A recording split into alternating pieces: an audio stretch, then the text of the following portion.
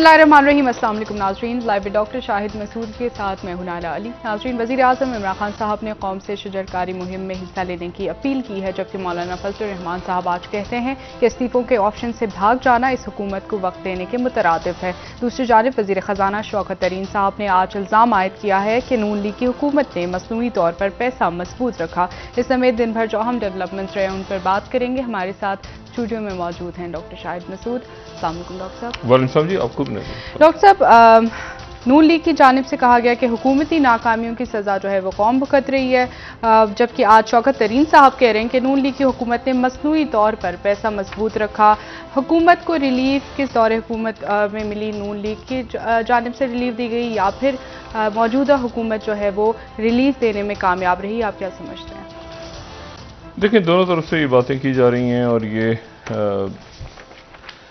Budget जब आएंगे, budgets बहुत सारे बजट्स आएंगे ना। एक तो वफाकी बजट होगा, फिर पंजाब हुकूमत का बजट होगा, फिर सिंध का बजट होगा, वो चंद दिनों के सूबों के बजट्स आएंगे सामने। तो ये इसमें ये धमा चौकड़ी और ये गुफ्तगू और ये सारे मामला चलते रहेंगे। लेकिन मैं आपको सिर्फ ये बताऊं कि मैं ये जो ब्लूमबर्ग की एक रिपोर्ट आई है लेटेस्ट, उसको मैं देख के बहुत कुछ सोचने पे मजबूर हो, जैसे जहन कहीं रुक सा जाता है। और वो ब्लूमबर्ग ये कह रहा है कि South Asia should pay attention to its stand out star. जनूबी एशिया को तवज्जो देनी चाहिए अपने बिल्कुल अलग सितारे की तरफ। India and Pakistan have much to learn from their once poorer neighbour Bangladesh. Pakistan और भारत को बहुत सीखने की जरूरत है अपने एक गरीब पड़ोसी से, और एक दफ़ा के गरीब पड़ोसी से। और फिर बिजनेस स्टैंडर्ड इसको इस डेटा को इस तरह से बता रहे हैं कि Bangladesh rises to be South Asia stand out star as India and Pakistan fall behind. अच्छा, अब ये जो पूरी रिपोर्ट है ये बताती है कि पाकिस्तान और भारत और दीगर जनूबी एशिया के मुल्क जो हैं वो मईशत में बांग्लादेश से पीछे रह गए हैं। और बांग्लादेश की जो फीकस आमदनी है वो 3,44,000 रुपये है, पाकिस्तान की 2,38,000 है और भारत की 3 लाख रुपये है। भारत भी पीछे है बांग्लादेश से, पाकिस्तान भी पीछे है। और वो साथ फिर उसके बाद ये रिपोर्ट जो है ये बता रही है कि गुजरे 10 सालों में बांग्लादेश की जो बरामदात हैं जो मुल्क से बाहर भेजते हैं वो 8.6% सालाना इजाफा हुआ है। और पूरी दुनिया को अगर देखें तो पूरी दुनिया की जो चीज़ें बना के दूसरे मुल्कों में भेजती है तो वो 4% है। लेकिन बांग्लादेश जो है, सिर्फ बांग्लादेश, वो अगर अकेले बांग्लादेश को देखें तो वो 8.6% सालाना इजाफा है।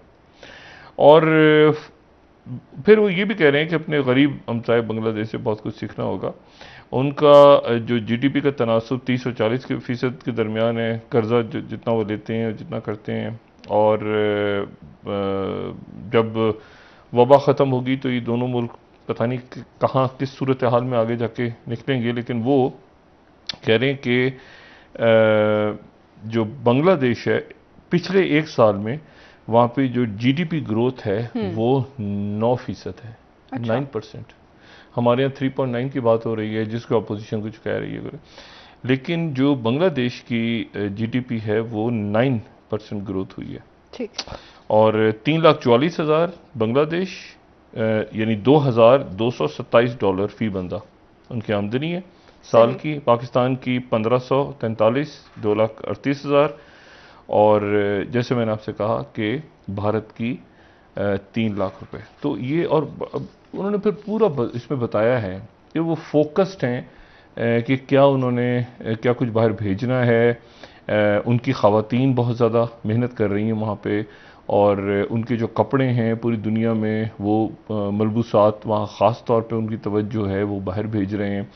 और बावजूद इसके कि उनको उनके अंदर जो मसाइल हैं या जो भारत के साथ उनकी सरहद है वहाँ पे इश्यूज़ चल रहे हैं, म्यांमार है, उसके बावजूद आप देखें कि उनकी ग्रोथ और उनका वो मईशत में उन्होंने पाकिस्तान और भारत को पीछे छोड़ दिया।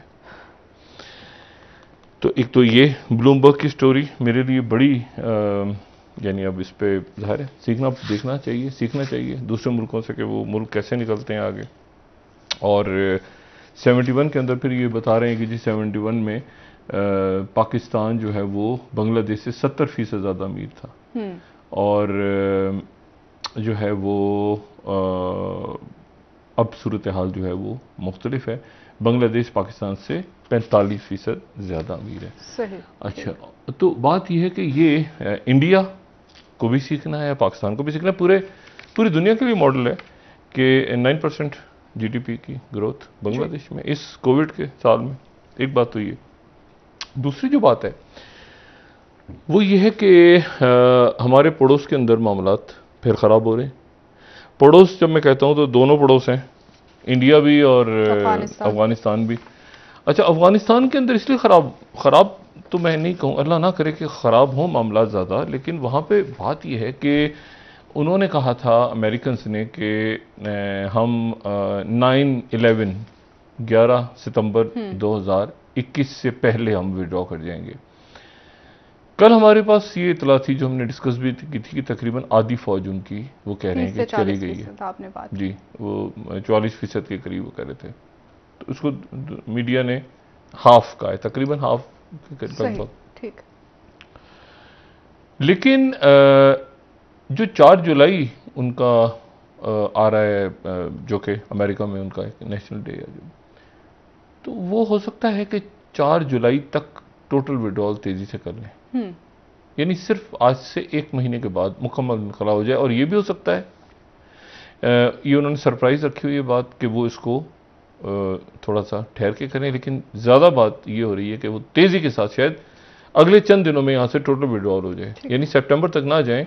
और इस दौरान जो अफगानिस्तान है वहाँ पे लॉ एंड ऑर्डर का बड़ा क्राइसिस पैदा होने जा रहा है। बड़ा क्राइसिस पैदा हो रहा है इसलिए कि वहाँ पे कई जगहों पे कब्जे जो हैं वो तालिबान, कई पार्टीज़ हैं, तालिबान हैं, फिर ये रोग जिनका कोई सर पैर नहीं है, दाइश वाइश, ये मुख्तलिफ लश्कर वश्कर ये बने हुए हैं, अफगान गवर्नमेंट है, मुख्तलिफ दूसरी सियासी पार्टियाँ हैं।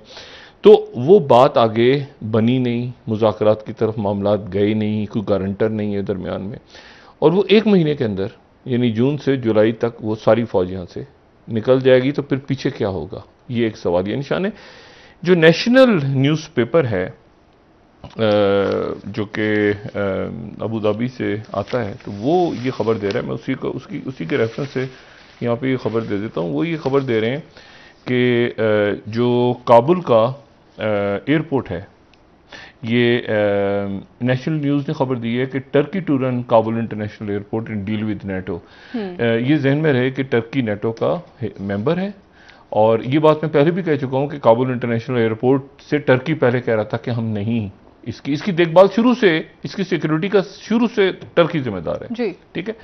लेकिन अब ये बात हो रही है कि टर्की जो है शायद वो वहाँ रुके, और उनसे नेटो की रिक्वेस्ट उन्होंने की है। और इसी को फिर जो अहवाल न्यूज़ है वो भी खबर दे रहा है कि Turkey to take control of Kabul airport after NATO withdrawal. ये रिपोर्ट सारी, और $130 मिलियन फिर वो इसका चार्ज करेंगे। टर्की जो है वो $130 मिलियन में शायद नेटो विड्रॉल के बाद इस पे टर्की जो है वो उसका रोल बहुत बढ़ जाएगा। लेकिन मसला ये है कि फिर बाकी फौज अगर नहीं होगी तो लॉ एंड ऑर्डर का क्राइसिस क्या टर्की की फौज सिर्फ संभाल सकेगी, ये एक सवालिया निशान है बहुत बड़ा अगले चंद रोज के अंदर। कल रात 12 बज गए और इसराइल के टाइम के मुताबिक नेतन्याहू जो है वो हुकूमत बनाने में नाकाम रहे और उसके बाद उनके मुतबादिल हुकूमत आ गई। तो कल रात को नेतन्याहू साहब की हुकूमत गिर गई और हुकूमत वहाँ पे गिर गई, और उसकी जो असरात हैं वो तमाम के तमाम मशरिक़ वस्ता में और तमाम जगहों पे हर जगह नफ्ताली बेनेट उनकी जगह जो है वो आ गए। और नफ्ताली बेनेट और यायर लैपिड को क्रेडिट इसलिए जाता है कि यायर लैपिड के पास सीटें ज़्यादा थीं, लेकिन यायर लैपिड ने जो है वो कहा कि ठीक है बेनेट आगे आ जाए, तो बेनेट साहब जो हैं वो 6 सीटों से वजीर आजम बन गए। अच्छा, लेकिन अब इसमें इशू जो है वो ये है कि इसमें 8 पार्टियों का इत्तेहाद हुआ है, 8 पार्टियों का। तो 61 वोट चाहिए थे, 61 पार्लियामेंट से, तो 61-59 इस तरह से बनी है। तो 61 में 8 पार्टियां हैं, और उसमें जो एक तारीखी वाकया हुआ है वो ये हुआ है कि पहली दफ़ा जो हुकूमती इत्तेहाद है, हुकूमती इत्तेहादी जमात है, जब यानी जो इत्तेहाद बना है जिसमें बेनेट, नफ्ताली बेनेट जिनके वज़ीर आज़म होंगे, उसमें अरब पार्टी भी आ गई, जुराम पार्टी, ये जिसके रहनुमा है, यानी फ़लस्तीनी अरब भी उस इत्तेहाद का हिस्सा बन गए। पहली दफ़ा इसराइल के अंदर एक हुकूमत बनी है जिसमें जो नफ्ताली बेनेट है वो राइट विंग, दाएं बाजू के इंतहा पसंद सोचे, ये जहन में रहे। नेतन्याहू से 2 हाथ आगे सोचे उनकी वो बिल्कुल नहीं, यानी नए वज़ीर आज़म जो हैं, ये वज़ीर आज़म बिल्कुल नहीं मानते कि कोई 2 रियासतें होनी चाहिए, फ़लस्तीन और इसराइल, ये दो उस पर नहीं मानते। ये यहूदी आबादकारियों को ये कहते हैं कि वो जायज़ हैं, तो ये दाएं बाजू हैं। अच्छा। लेकिन जी इनके साथ जो इत्तेहाद हुआ है वो बाएं बाजू की पार्टियों का भी हुआ है, जो बिल्कुल एक प्रोग्रेसिव सोच रखते हैं, फ़लस्तीनियों के बारे में अच्छे ख्यालात रखते हैं, और फ़लस्तीनियों की पार्टी का भी हो गया और सेंटर वाली जमातों का भी हो, सारी जमातें जमा हो गई हैं एक उस पर कि नेतन्याहू को उठा के फेंका जाए। ठीक। और नेतन्याहू को उन्होंने उठा के फेंक दिया। ठीक है। और कल रात को जो सदर हैं, सदर भी कल चेंज हो गए थे, तो लेकिन ये जो पिछले सदर हैं, जो रबिन है, ये जुलाई तक अपने ओहदे पे, 8 जुलाई को नए सदर की हलफ बर्दारी की तकरीब होगी। अब इसमें इस पूरी पिक्चर के अंदर एक जो बड़ी इंपॉर्टेंट बात है वो ये है कि अब क्या होगा। अब ये होगा कि 7 दिन है नेतन्याहू के इस इत्तेहाद के पास, और 7 दिन के अंदर अंदर उन्होंने जो है वो इस पूरे के पूरा जो भी इनकी हुकूमत है उसको पार्लियामेंट में लेके जाना है कि ये हमारी हुकूमत है, ये वोट है, और ये वोटिंग पर अभी तो कह दिया ना कि मैं भी साथ हूं, तुम भी साथ हो, ये सब साथ हैं, लेकिन पार्लियामेंट के इजलास में वो हाथ खड़े करके जैसे होता है ना, ये वोट सारे पार्लियामेंट में जाहिर कर रहे हैं अगले 7 दिनों के अंदर अंदर। और उसमें नेतन्याहू की पूरी कोशिश है कि नेतन्याहू अब भी 2-4 लोगों को तोड़ ले। तो नेतन्याहू साहब की जो जबान है वो बहुत ज्यादा सख्त हो गई। उन्होंने कहा गद्दार हैं, ये मुल्क तोड़ने की साजिश कर रहे हैं इसराइल को, ये इसराइल के दुश्मन हैं, उन्होंने बड़े सख्त, क्योंकि इसके बाद नेतन्याहू जो है वो जेल की तरफ उनकी रवानगी होगी करप्शन इल्जामात पे, और साथ ही जो जंगी जराइम के हवाले से और मुख्तलिफ मुतालबात पूरी दुनिया में हो रहे हैं, तो नेतन्याहू उसकी वजह से परेशान है। इनके जो सेक्रेटरी हैं, जो मैंने कल भी बात की थी, सेक्रेटरी डिफेंस या minister of defence Gantz, Benny Gantz, तो वो जो गैंस हैं वो वाशिंगटन, और वाशिंगटन जाने के बाद वहाँ पर उनकी मुलाकातें बड़ी अहम मुलाकातें। गैंस पहले भी सिक्योरिटी, मैंने कहा था सिक्योरिटी इस्टेब्लिशमेंट वही है जो नेतन्याहू की थी, वही अब भी है। सवाए मोसाद के चीफ के तब्दील होने के, वहाँ पर नंबर 2 मोसाद के ऊपर आ गए हैं। लेकिन जो अच्छा ये जो नई हुकूमत आ रही है, ये ज़ाहिर है पार्लियामेंट के स्पीकर को भी चेंज कर देगी। पार्लियामेंट के स्पीकर भी जो था वो नेतन्याहू की जमात से था, उसको भी चेंज करेंगे अगले चंद दिनों में। लेकिन जो वाशिंगटन का दौरा है इसराइल के वज़ीर दिफा का, उसमें वो $1 बिलियन की बात करने जा रहे हैं, और $1 बिलियन ये आयरन डोम के ऊपर। ठीक है। आयरन डोम से हालांकि अमेरिका का ताल्लुक नहीं है, वो अमेरिका में नहीं बनता, लेकिन अमेरिका ने उसको फंड किया था, अमेरिका की फंडिंग उसमें थी। ये जब राफेल इनकी एडवांस इंडस्ट्रीज इसराइल की इन्होंने बनाया, तो अमेरिका जाहिर है कि उस वक्त ये था कि मास अटैक कर रही है और ये सारा कुछ कर रही है। लेकिन अमेरिका में अब जो उनका मिलिट्री कॉम्प्लेक्स है, वही सोच रहे हैं कि ये 40 रॉकेट तो क्रॉस हो गए सरकारी तौर पे, और 40 रॉकेट अगर क्रॉस हो गए हैं, और चलिए ये कह भी रहे हैं कि 1500 रॉकेट हमने रोक दिए या 2000 रोक दिए, 40 रॉकेट क्रॉस हुए, इस तरह से क्रॉस हुए कि तल अवीव एयरपोर्ट बंद करना पड़ गया, और जनूब के जो शहर हैं इसराइल के वो उन पे सरों पे जाके गिरे। तो ये कितना करामत है, मतलब इसको कितनी फंडिंग की जाए आयरन डोम की, फायदा तो हुआ, इससे रोके तो सही रॉकेट्स, मगर क्या मतलब फ्लाइट्स बंद हो गई, सारे बाहर के मुल्क जो थे उनकी, मतलब ऐसा लग रहा था कि बिल्कुल जैसे किसी भी जहाज, कोई भी जहाज क्रैश हो जाएगा, किसी का कोई रॉकेट, मतलब बहुत खौफनाक हालात बने हुए थे। तो अब इसमें यहां पर वो एक मामला जो है वो खराब हुआ है। अच्छा, दूसरा जो मामला है वो सेक्रेटरी ब्लिंकन और बाइडेन एडमिनिस्ट्रेशन के लिए बहुत इंपॉर्टेंट। एक तो अफगानिस्तान को फिलहाल उन्होंने लगता है वो भूल गए हैं, तो उसके नतीजे में यहां पर हालात क्या डेवलप होते हैं हम नहीं जानते। ठीक है, पाकिस्तान को तैयार रहना चाहिए, ईरान को तैयार रहना चाहिए, अमेरिका को भी तैयार रहना चाहिए, रशिया को, चाइना को, क्योंकि यहाँ पर एक बहुत बड़ा वैक्यूम छोड़ के अमेरिका यहाँ से जा रहा है। तो यहाँ पे फिर पार्टियों को कौन बिठाएगा, हुकूमत कौन मानेगा, क्या काबुल को टेक ओवर होगा, नहीं होगा, क्या शराइत होंगी। तो इस कदर देखें, ये वो आपस में जब ये हुआ ना 8 अक्टूबर 2008 को जब बॉम्बिंग शुरू हुई अफगानिस्तान पे, कारपेट बॉम्बिंग जिसको नाम दिया गया था, तो उसके बाद यहाँ तक इनकी दुश्मनी आपस में थी। उस इवेंट को मैंने कवर भी किया था कि एक कंटेनर के अंदर बहुत सारे कैदियों को बंद कर दिया था वॉरलॉर्ड ने, इनके ही वॉरलॉर्ड ने, मैं नाम नहीं लूँगा क्योंकि अब वो हुकूमत का ही, वॉरलॉर्ड ने एक कंटेनर के अंदर बहुत सारे कैदियों को बंद किया और उनके अंदर डेथ हुई। 200-250 के करीब थे। और वो जब कंटेनर खोला गर्मी में तो अक्सर जो लाशें थीं या जो लोग थे मरने से पहले इतनी गर्मी थी कि वो पसीना अपना पीते हुए उनकी डेथ हुई थी। बेशुमार लोगों की इस तरह से लाशें मिली थी। तो ये इतना ज़्यादा एक दूसरे के साथ नफ़रत है और इतनी तकसीम है, वो लिसानी बुनियादों पर और मसालिक की बुनियादों पर और कौमियतों की बुनियादों पर बरसा बरस की खाना जंगी। तो ये यहाँ से 4 जुलाई से पहले, यानी एक महीना, सिर्फ एक महीने बाद आप कहें कि जो अमेरिका की फौजी नहीं है आप तो, ठीक है। तो ये एक बहुत अजीब सूरत हाल डेवलप हो रही है पूरे खत्ते के लिए। ये जो एंडलेस वॉर्स हैं ये ख़त्म नहीं होती। एंडलेस वॉर्स किसी और शक्ल में सामने आ जाती हैं, भयानक शक्ल में। आज से 4-5 साल पहले अगर आज देखें, सेक्रेटरी ब्लिंकन की बात हुई है सऊदी वली है मोहम्मद बिन सलमान, शहजादा मोहम्मद बिन सलमान से, और सॉरी जनरल ऑस्टिन लॉयड की, सेक्रेटरी डिफेंस की, और उनसे बात हुई है। और जाहिर है कि ईरान के साथ एक मामला चल रहा है जो उनकी जौहरी माहदे के हवाले से चल रहा है, और साथ ही जो है वो हुतीस के साथ जंग ख़त्म करनी है। 2216 गालिबन एक करारदाद थी अक़वाम मुत्तहिदा की जो पास हुई थी आज से 4-5 साल पहले, और उसमें यह था कि हुतीस जो है जहाँ पे कब्जा किए वो जगह अपनी खाली कर दें, और ये शराइत थी और सारा था।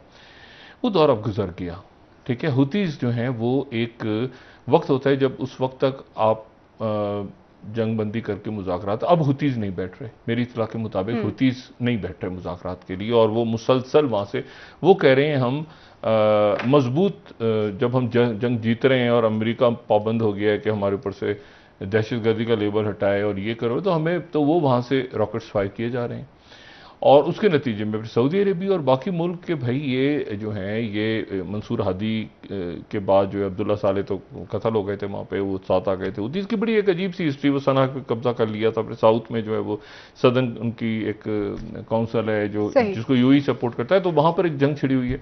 ये जंग भी हमारे पड़ोस में है। अच्छा, ईरान जो है, ईरान के हवाले से इस पड़ोस में एक तो ये खबर यानी मजीद परेशान कुन खबर है, और वो परेशान कुन खबर हमारे लिए नहीं है, लेकिन वो जाहिर है कि जो ईरान को पसंद नहीं करते जो भी ममालिक, तो उनके लिए ये खबर जो है, ये खबर अच्छी तो नहीं है कि ईरान की जो है वो बातचीत चल रही है जनाब किसके साथ, ये तास न्यूज़ एजेंसी का अगर हम दिखा सकें तो तास न्यूज़ एजेंसी जो है वो कह रही है कि जी ईरान की बातचीत चल रही है रशिया के साथ जदीद तरीन वेपन्स को लेने के लिए। और ये वेपन्स कौन से वेपन्स होंगे ये हम नहीं जानते, लेकिन पिछले साल ये नेशनल इंटरेस्ट जो अमेरिका का है, पिछले साल चंद माह पहले उन्होंने बड़ा शदीद रद्द-ए-अमल जाहिर किया था इस बात पे। तो उन्होंने कहा था कि S-400 एयर डिफेंस प्लेटफॉर्म शायद ईरान लेने जा रहा है। S-400 जो है ये लेटेस्ट, यानी ये बिल्कुल हम इसको, ये जो टर्की के पास है या जो यानी जिसमें से हम मिसाइल फायर भी कर सकते हैं और ये सारा, तो ईरान वो भी, क्योंकि पाबंदियां हट रही हैं तो अब ईरान जो है वो असला लेने जा रहा है पूरी दुनिया से, और ये सारे ये हो रहे हैं पड़ोस में। साथ ही ऊपर अफगानिस्तान सेटल नहीं हुआ। साथ ही एक बात जो है वो ये कि हुतीस के अंदर जो है, ये हुतीस क्लेम कर रहे हैं कि हम ये जंग जीत गए हैं, बिल्कुल इसी तरह जैसे हमास कह रही है कि हम ये जंग जीत गए हैं, हम जीत गए और हमने मुज़ाकरात पे मजबूर किया अपने ओपोनेंट को। इसी तरह से हुतीस कह रहे हैं कि हम भी जंग जीत गए, तो हम जंग जीत गए। तालिबान भी कह रहे हैं हम जंग जीत गए। अभी सब कह रहे हैं कि हम जंग जीत गए, तो फिर बैठेंगे तो हम अपनी शराइत पे बैठेंगे। भाई हम जंग बंद क्यों करें, तो हम तो बैठेंगे तो अपनी शराइत पे बैठेंगे और उसके मुताबिक हम बात करेंगे। ये मामला सारे जो हैं ये, और साथ ही इसराइल के अंदर जब से हुकूमत गिरी है, देखिए हमास के लिए एक बहुत, अब यानी हमास एक तो यह है कि हुकूमत गिर गई, और दूसरी बात यह है कि उसके बाद जो वहाँ पर जिस तरह से बाहर की मीडिया ने, खासतौर पर वेस्टर्न मीडिया ने जिस तरह से, यानी आप देखें ना, फॉरेन पॉलिसी लिख रहा है कि बीबी इज डीथ्रोन्ड, यानी बीबी नेतन्याहू को कहते हैं ना, तो बीबी नेतन्याहू का ताज जो है वो खींच लिया गया है। अच्छा जी, और उसके मतलब एक तरह से आप समझें कि वहां पे आपको ऐसा लगेगा बड़ा शदीद किस्म का तंज हो रहा है। अच्छा, और फिर उसके बाद आयरन डोम के बारे में भी फॉरेन पॉलिसी कह रहा है Israel iron dome won't last forever, ये हमेशा के लिए नहीं रहेगा भाई, ये खत्म हो जाएगा, ये बेकार हो जाएगा, ठीक है। और फॉरेन पॉलिसी कह रहा है Netanyahu era is almost over. अच्छा ठीक है, चले गए जी, खत्म हो गया उनका एरा, नए आ गए लोग सारे। अच्छा, अब इस पूरी पिक्चर में ये मैं आपसे बता रहा हूं ना कि ये तो हो रहे हैं, ये मामलात हो रहे हैं, हुतीस कह रहे हैं कि हम शिकस्त नहीं मानते, तो हम अब जब जंगबंदी करेंगे सऊदी अरेबिया के साथ या किसी के साथ हम अपनी शराइत पे करेंगे। ईरान के इलेक्शंस में रह गए हैं तकरीबन 2 हफ्ते। 2 हफ्तों से पहले प्यूटिन से मुलाकात होने जा रही है प्रेसिडेंट बाइडेन की, और प्रेसिडेंट बाइडेन की मुलाकात से पहले फिर साइबर अटैक हो गया है दोबारा अमेरिका में। एक जेबीएस उनकी जो मीट डिस्ट्रीब्यूशन की कंपनी है, उसके ऊपर एक साइबर अटैक हुआ है, जिसके बारे में वो कह रहे हैं कि ये तो जेबीएस ये तो किया है रशियन हैकर्स ने, और 4-5 प्लांट फिर बंद हो गए। इससे पहले उनकी पाइपलाइन जो थी, ऑयल पाइपलाइन, उसके ऊपर अटैक हुआ था, वो बंद, उसमें गड़बड़ हो गई थी। अब इसके ऊपर साइबर अटैक हो गया। अब यह है सवाल कि आपने पुतिन से बात क्या करनी है जाके, प्रेसिडेंट बाइडेन ने, क्या वो जो है वो बेलारूस के जो मामलात हैं उसकी बात करेंगे, क्या उनके यहाँ जो अपोजिशन के लीडर को पकड़ के यंग को, नेवल्नी को अरेस्ट किया हुआ, उसके पे बात करेंगे, क्या यूक्रेन पे बात करेंगे, क्या ये नेटो। अच्छा, फिर दूसरी बात ये है कि ताश वालों को इन्होंने एक्रीडेशन दे दी है, ये मुलाकात होगी ना दोनों की, यानी प्रेसिडेंट बाइडेन की और प्रेसिडेंट पुतिन की जो मुलाकात होगी, तो वहाँ पे प्रेस को उन्होंने जो होता है ना कि प्रेस कार्ड्स जारी कर दिए हैं कि जी प्रेस के लोग वहाँ पर आ जाएं, अमेरिका ने जारी कर दिए। तो अब यानी आप अगर सिचुएशन देखेंगे, इसके ऊपर फिर तास न्यूज़ एजेंसी ने वहाँ से थोड़ी देर पहले क्लैरिफाई किया है कि अभी तक ये डिसाइड नहीं हुआ कि प्रेस कॉन्फ्रेंस दोनों ने करनी है या नहीं करनी। अभी तक डिसाइड नहीं हुआ, मतलब आपने कार्ड्स वार्ड्स तो इशू कर दिए हैं, लेकिन ये डिसाइड नहीं हुआ कि प्रेस कॉन्फ्रेंस करनी है पुतिन ने और बाइडेन एक साथ। तो ये आखिर तक जो है ये एक अनसर्टेन सिचुएशन है। डॉक्टर साहब ब्रेक ले लेते हैं, अच्छा, वापस आके अब इसमें ये जो ताजिकिस्तान के सदर कल आए थे और पाकिस्तान के अंदर जो पाकिस्तान में हालिया दिनों में जो कुछ हुआ है ह्यूमन राइट्स के हवाले से, मीडिया, बाकी बातें, दुनिया इसको किस तरह से देख रही है। सही, डॉक्टर साहब ब्रेक ले लेते हैं, वापस आकर आपसे मजीद बात करेंगे। नाज़रीन एक ब्रेक हमारे साथ रही है।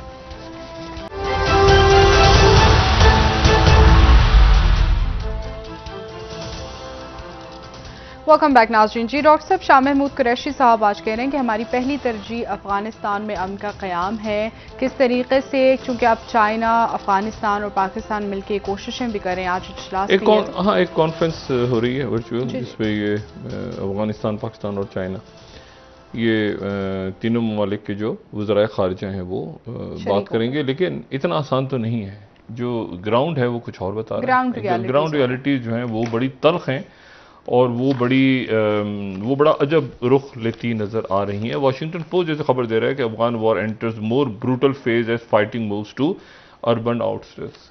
अच्छा जी, जो शहरी इलाके हैं उनकी आसपास अब जो है वो लड़ाइयाँ हो रही हैं बड़ी, वाशिंगटन पोस्ट के मुताबिक ब्रूटल फेज, ठीक है। साथ ही उसके एक तो ये महाज है, दूसरा ये है कि ईरान तेजी के साथ इलेक्शंस की तरफ भी जा रहा है। इब्राहिम रईसी उनके अगले सदर और अगले रहबर के तौर पे सामने आ रहे हैं, और इसी दौरान उनके मुज़ाकरात चल रहे हैं मुख्तलिफ मुल्कों के साथ, और जौहरी मुज़ाकरात भी आगे बढ़ रहे हैं जी, रशिया के साथ भी बढ़ रहे हैं और वो वियना टॉक्स भी आगे बढ़ रहे हैं। और इस दौरान उनकी पूरी कोशिश है कि 18 तारीख को जो उनका इलेक्शन है उससे पहले पहले मुआहिदा साइन हो जाए। ये तो चल रहा है इस महाज पे। दूसरा जो महाज है वो इंडिया और चाइना का खुलेगा, जो मैंने पहले भी बात की थी कि ये बर्फ पिघलने का गालिबन इंतजार हो रहा है। बर्फ ने एक पीस कीपिंग का रोल प्ले किया है चाइना और इंडिया की इस तनाज़े में जी। और चाइना जो है वो आएगा, क्योंकि 3-4 चीजें ऐसी हैं जिन पे चाइना को चाइना किसी किस्म की कॉम्प्रोमाइज़ करने को तैयार नहीं है, जिसमें से एक तिब्बत है, और चाइना तिब्बत को लेके जाएगा। और चाइना जो है वो अरुणाचल प्रदेश और तिब्बत के दरमियान लकीरें और ये पुराना सारा जो बरतानिया के दौर का, उसको नहीं मानता, ठीक है, उसको वो नहीं मानते।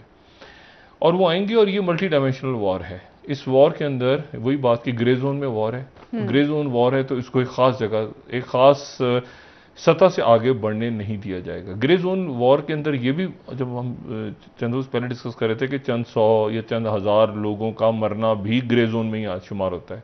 बड़ी ताकतें जो हैं वो बराह रास्त नहीं, जो सरहदों पे कशीदगी, मतलब कोरियन वॉर भी ग्रे जोन ही वॉर ही है। हालांकि उसमें इतने लाख लोग मर गए, लेकिन वो ग्रे जोन वॉर ही है। वो अमेरिका और सोवियत यूनियन के दरमियान वो ग्रे जोन वॉर ही है, दोनों आपस में नहीं आए, प्रॉक्सीज के थ्रू लड़े।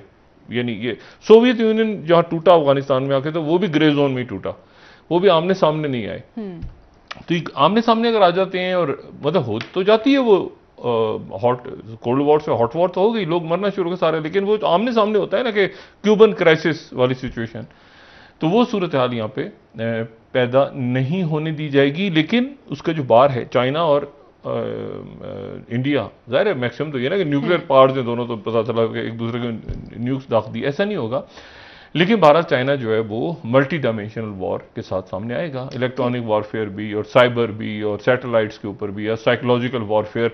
उनकी साइकोलॉजिकल वॉरफेयर जो है वो उसमें वो जीत गए हैं बड़ी हद तक। और ये इंडिया को ये बात सोचनी है, इंडियन खासतौर पे ज़रा ब्लॉक को ये बात सोचनी है कि साइकोलॉजिकल वॉर में वो कैसे जीते हैं, कैसे ये बावर करवाने में। हालांकि उनके पास तो इतने सारे कोई टीवी चैनल्स या ऐसा मीडिया उनके पास नहीं है चाइना में, लेकिन वो साइकोलॉजिकल वॉर भी जीते हैं और इंफॉर्मेशन वॉर भी जीते हैं।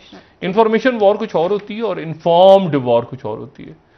इंफॉर्मेशन वॉर नहीं, इन्फॉर्म्ड वॉर तो ये होती है, इंफॉर्मेशन वॉर तो ये होती है ना कि मीडिया प्रोपेगेंडा, ठीक है। इन्फॉर्म्ड वॉर ये होती है कि पता हो सामने वाले को कि हो क्या रही है, मतलब इन्फॉर्म्ड हो आप, इन्फॉर्म्ड हो। तो वो इन्फॉर्म्ड नहीं है कि चाइना की सोच क्या है, कि चाइना की एग्जैक्टली, मतलब दुखलाम से चले जाएंगे, वापस आएंगे, जाएंगे, आगे करेंगे, पीछे करेंगे।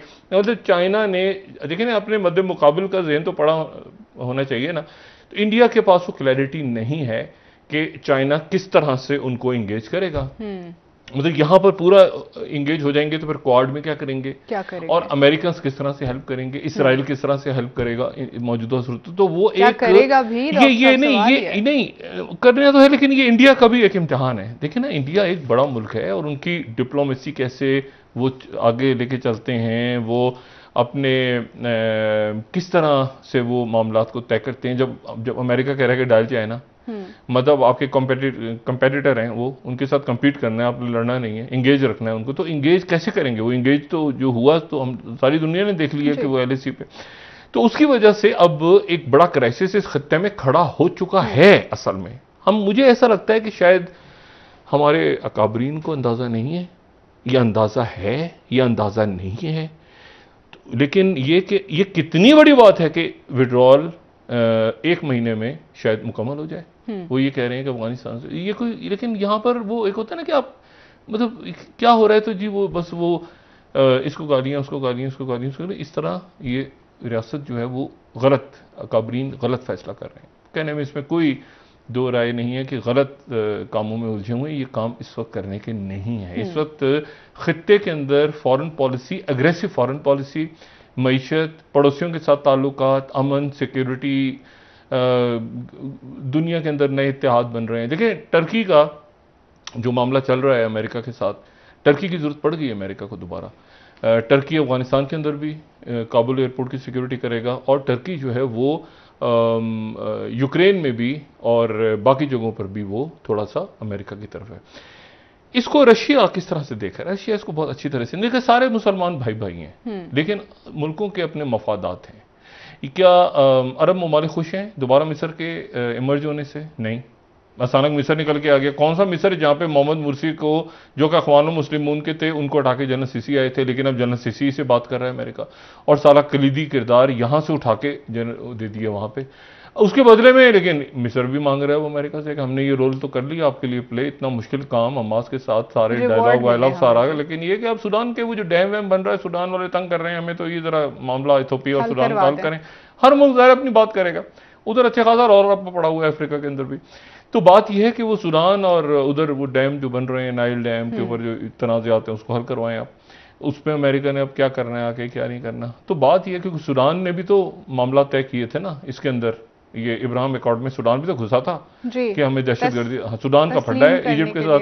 अच्छा, बहरहाल मैं आपसे सिर्फ ये कह रहा हूं कि अब इसमें टर्की जो है वो नेटो का, टर्की एक बड़ी इंटेलिजेंट पॉलिसी, टर्की जो है वो नेटो का रुकन भी है, और वो जो है वो बैक वक्त नेटो का रुकन भी है। उसने रशिया से भी वेपन्स लिए हैं, लेकिन वो अब अल्टीमेटली ये डिसाइड होना है अगले 10-15 दिनों में कि टर्की जो है वो ज्यादा नेटो की तरफ जाता है या ज्यादा नेटो से पीछे हटता है, और वो जाता है टुवर्ड्स रशिया।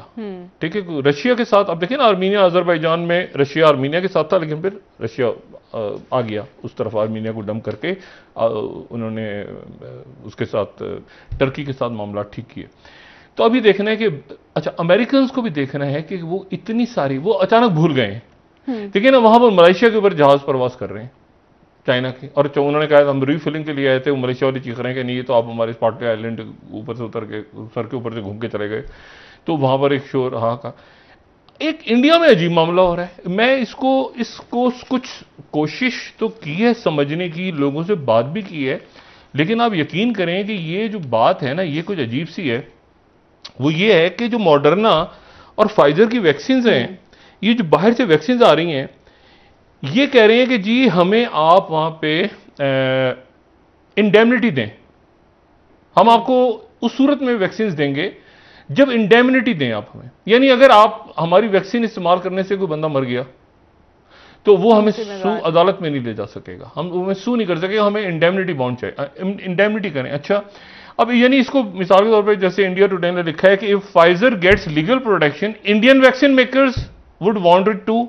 इंडियन वाले कहेंगे भाई एक मिनट हट जाओ, हम यहां जो बना रहे हैं तो हम क्या कर रहे हैं। फाइजर वाले कह रहे हैं कि हम तो सिर्फ उस सूरत में लीगल प्रोटेक्शन। अच्छा, इशू ये है कि अच्छा, इसी को फिर न्यूज 18 कह रहा है कि Pfizer, Moderna and now Serum Institute वाले decoding the indemnity gamble and what it means for India. Times of India कह रहा है Pfizer, Serum Institute, Serum Institute भी कूद गया बीच में कि फाइजर को दे रहे हैं तो हमें क्यों नहीं दे रहे आप ओवर कोविड-19 वैक्सीन। अच्छा, देखिए इशू ये है कि ये जो वैक्सीन हैं खासतौर पर फाइजर, ये बात इनकी ट्रांसपोर्टेशन एक इशू है ना, कि इनको खास टेम्परेचर में लेकर आना है। अच्छी वैक्सीन है, अच्छे रिजल्ट्स हैं यूरोप के मुल्कों में, अच्छे सब कुछ, लेकिन मसला ये है कि जब ये दूसरे मुल्कों में पहुंच रही हैं ये वैक्सीन्स चाहे स्पुटनिक हो गई या साइनोफार्म हो गई या बाकी जॉनसन एंड जॉनसन हो गई, उनका इशू नहीं है।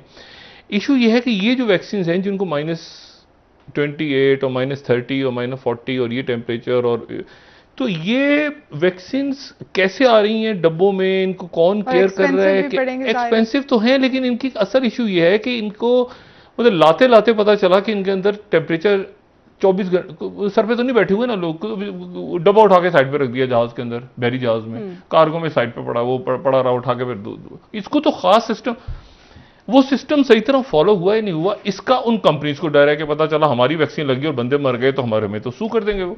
तो वो कह रहे हैं कि हमें आप इंडेमनिटी बॉन्ड भर के दें, यानी हमारे साथ मुआहदा करें कि इसके नतीजे में कुछ भी हो जाए तो हमें कंपनी हमें सू नहीं करेंगी। इंडियन वैक्सीन बनाने वाले कह रहे हैं कि भाईजान अगर आपने ये उनके साथ कर रहे हैं तो हमारे साथ क्यों नहीं कर रहे। तो ये मामला जो मेरा ख्याल है कि इंडिया कर लेगा उनके साथ ये, लेकिन अल्लाह ताला खैर करे, वैक्सीन तो लगनी चाहिए, लेकिन ये ट्रिकी है इनको कैरी करना, जो खासतौर पे जो बहुत कम टेम्परेचर पे वैक्सीन मुल्कों में जा रही हैं। लोग लगवा इसलिए रहे हैं कि अच्छा जी इसके बहाने हमें यूरोप में एंट्री मिल जाएगी, इसके बहाने में अमेरिका में एंट्री मिल जाएगी, लेकिन मसला ये कि ट्रांसपोर्टेशन कितनी दुरुस्त हुई है और उसको क्या उसी अंदाज में लगाया जा रहा है जितना अमेरिका में लगाया जा रहा है या लंदन में लगाया जा रहा है, फ्रांस में लगाया जा रहा है, क्या उसी तरह से इंडिया में, पाकिस्तान में, बाकी मुल्कों में लगाया जाएगा। तो ये एक सवालिया निशान है, तरीका है ना लगाने का, स्टोर करने का, पैकेजिंग करने का। एक तो ये मसला। दूसरी जो बात है, इंपॉर्टेंट बात मैंने आपसे पहले भी कही कि ये बर्फ पिघलने का, देखिए psychological warfare, information warfare, informed warfare, ठीक है, कि इंफॉर्मेशन कितनी है आपके पास सामने वाली इंफॉर्मेशन, तो है ना propaganda, TV, print media, social media. Informed warfare कुछ और है। इन सारे मामलों में 5G लेकर आ गया है चाइना जी। यहां पर इंडिया नहीं लेकर आया 5G, लेकिन चाइना अपने जो उनके बॉर्डर्स हैं वहां तक 5G के फाइबर ऑप्टिक्स को बिछा के रियल टाइम जो है इंफॉर्मेशन जो है वो दे रहा है। एक सैटेलाइट नहीं, 2 नहीं, 3 नहीं, उनके कोई 44 सैटेलाइट्स आ जाएंगे अगले कुछ महीनों या हफ्तों में। वो पूरी गैलेक्सी यानी कि चाइना का होल्ड मजीद कुछ कह रहे हैं कि सैकड़ों में आ जाएंगे। ब्रेक ले लेते हैं जी। अब इस अच्छा यहां ही ये पाकिस्तान है, ये मैं आपको बता रहा हूं कि ये दाएं तरफ आपके जो है वो मतलब मशरिक में भारत चाइना, मशरिक में और शुमाल में, मगरिब में और शुमाल में अफगानिस्तान, और फिर ईरान। सही हो गया। और ये और ऊपर आप चले जो वस्ती रियासतें, जो एशियाई रियासतें हैं, वहां पे दंगा फसाद, ठीक है। और अब इस पूरी पिक्चर में, और ये मशरिक वस्ता, अब यहां पर पाकिस्तान में जो प्रॉपर इश्यूज हैं इस वक्त, देखिए हम इससे निकल के आ गए, इससे कोविड से बाहर की दुनिया में मैसेज क्या जा रहा है। हम अगर बाहर की दुनिया को डिस्कस करते हैं तो नहीं, हम बाहर की दुनिया को डिस्कस करते हैं तो बाहर की दुनिया हमें डिस्कस नहीं करेगी कि ह्यूमन राइट्स की क्या सूरत हाल है, इनके मीडिया के साथ क्या हो रहा है, इनके इश्यूज क्या हैं। इश्यूज ये हैं कि कुछ कोई इशू नहीं था, सब अल्लाह का करम हो गया था, तो जाके अब एक दूसरे को मारना शुरू कर दिया। इसका सर फोड़ो तो उसका सर फोड़ो, क्योंकि और कुछ करने को नहीं है।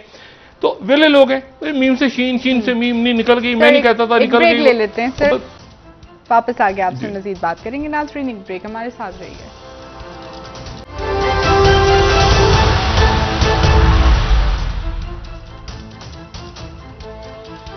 वेलकम बैक नाज़रीन। जी डॉक्टर मौलाना साहब ने आज कहा है कि इज्तिमाई इस्तीफे ना दिए तो इस हुकूमत की मुद्दत तवील हो जाएगी। अभी वो पुरुम्मीद हैं कि शायद पीपल्स पार्टी और नून लीग साथ दें उनके। मैं आप यकीन करें, मैंने आज सिर्फ एक खबर जो है वो के ऊपर मेरा तो जो जहन रुका हुआ। एक तो वो बांग्लादेश वाली खबर कि बांग्लादेश जो है वो पूरे जनूबी एशिया में सबसे आगे निकल गया। दूसरा ये कि बाइडेन जा रहे हैं वहाँ पे यूरोप, तो यूरोप जाने से पहले वहाँ पे डेनिश न्यूज़पेपर्स ने वो पुरानी जो खबरें थी विकीलीक्स और वो सारी, जिसमें यूरोप के कई रहनुमाओं की सर्वेलेंस या बगिंग या उनकी जासूसी अमेरिकन इंटेलिजेंस एजेंसीज करती थी, तो वो दोबारा से वो छाप दी है। साउथ चाइना मॉर्निंग पोस्ट में भी लगी हुई खबर कि स्नोडेन्स बैक, स्पाइंग स्कैंडल्स, वो दोबारा वो बाइडेन वो खबरें आई थी, लोगों को याद होगा शायद एंजेला मर्कल की भी जासूसी होती थी, उनकी भी जासूसी, वो सारी उन्होंने दोबारा वो एडवर्ड स्नोडेन की छाप दी है दोबारा रिपोर्ट्स उनकी पुरानी उठा के, और कि ये सारे जितने मिलेंगे प्रेसिडेंट बाइडेन से इनकी तो जासूसी होती है, ये तो जासूसी करते रहे अमेरिका। तो ये एक वक्त पे। दूसरा जो खबर है वो पाकिस्तान में देखें, सारी बातें आप छोड़ दें, बजट आएगा, अच्छा आएगा, सब कुछ होगा, मगर एक बात जो मैं समझने से कासिर हूं, एक ही खबर बस आज मैंने देखी सुबह, और वो खबर ये थी कि 96 बिलियन रुपीस दिए जाएंगे हमारे अरकान असेंबली को। इंतहाई काबिल एहतराम है, बजट में दिए जाएंगे। तरक्की, हाँ बहुत अल्लाह का शुक्र है, बहुत तरक्की, हर साल तरक्की होती है। हर साल पुल बनते हैं, पुलों के ऊपर फिर पुल बनते हैं, फिर स्कूलों के दोबारा स्कूल बनते हैं, फिर वो कुछ अरसे के बाद वो 10-15 साल बाद 10-15 मंजिलों के स्कूल हो जाते हैं, फिर वो गिर जाते हैं। अच्छा, अब ये जनाब federal government of Wednesday approved another supplementary grant for parliamentarian schemes as plan to spend over 96 billion on projects being recommended by lawmakers during 4th year in power। 4 years जी, 4th year in power। खुद उन्होंने कहा कि हमने बनाना है 96 billion. उन्होंने कहा जी आप ले लें, बिस्मिल्लाह, अब बड़े अच्छे आइडिया होंगे। पिछले साल भी लिया था, उसे मैंने आपसे कहा ना, हर साल जो है एक स्कूल दूसरा तीसरा चौथा पांचवा छठा इतना बड़ा बन जाए, फिर एक साथ गिर जाते हैं सारे, फिर नए सिरे बनते हैं, एक पुल दूसरा पुल, फिर आगे तरक्की हो रही है ना, आगे एक तीसरा चौथा पांचवा छठा बनते बनते वो सारे गिर जाते हैं नीचे। जब मुआयने के लिए लोग जाते हैं तो गिरे पड़े होते हैं, वहां भैंसें बंधी होती हैं, वहां पे गधे घूम रहे होते हैं। मतलब क्या हुआ? वो कहते हैं सर इतना ऊंचा बन गया था कि सब गिर गया एक साथ, इतना लेटेस्ट था, और बजट चाहिए। तो 96 अरब रुपया देके तो ये बजट मंजूर होगा, बहुत शुक्रिया, तरक्याती बजट। तो अब इस पे मैं क्या तबसरा करूं? मतलब क्या रोटी की कीमत, तो क्या दाल की कीमत, तो क्या उसकी तरक्याती मंसूबे बनना जरूरी है ना। वो देखिए हर साल 96 अरब नहीं आएगा भाई। चीनी कितने की है, तो दूध और बिजली और गैस कैसे होंगे? नहीं वुजरा क्या, और भी तो बीच में बहुत हैं, खाली सियासतदान कहां से आ गया, और कम है बीच में इधर उधर घूम घाम के। मतलब सबका बीच में 96 अरब रुपए, नहीं पिछला कोई ऑडिट नहीं है, पिछला कोई चेक नहीं है, इतने सालों का क्या हुआ क्या नहीं हुआ। इस साल बजट मंजूर होगा, अब तो हो ही जाएगा, 1-2 बिलियन और डाल दें तो तालियों बजा के हो जाएगा। कौन से झगड़े, कौन से नाराजगियां, क्या मसले, 96 अरब। बहुत बहुत शुक्रिया डॉक्टर साहब। नाज़रीन, अब बांग्लादेश कहां निकल गया? आप ये देखें ना, सोचने की बात यह है कि आखिर क्या बात है जो बांग्लादेश आगे निकल गया, इंडिया, पाकिस्तान, बाकी मुल्कों को छोड़ के, क्योंकि उनके यहाँ पुलों के ऊपर पुल, स्कूलों के ऊपर स्कूलों पे स्कूल, स्कूलों पे स्कूल, मेहनत करते हैं। डॉक्टर साहब बहुत शुक्रिया। हरामखोरी कम करते हैं, मेहनत करके खाते हैं। बिल्कुल ऐसे ही है। प्रोग्राम का वक्त खत्म हुआ, कल इंशाल्लाह दोबारा आपसे मुलाकात होगी। मुझे नाला अली को इजाजत दीजिए। अल्लाह हाफिज जी डॉक्टर साहब। अपने दोस्तों रिश्तेदारों को खिलूंगा, सब ख्याल रखिएगा। अल्लाह हाफिज।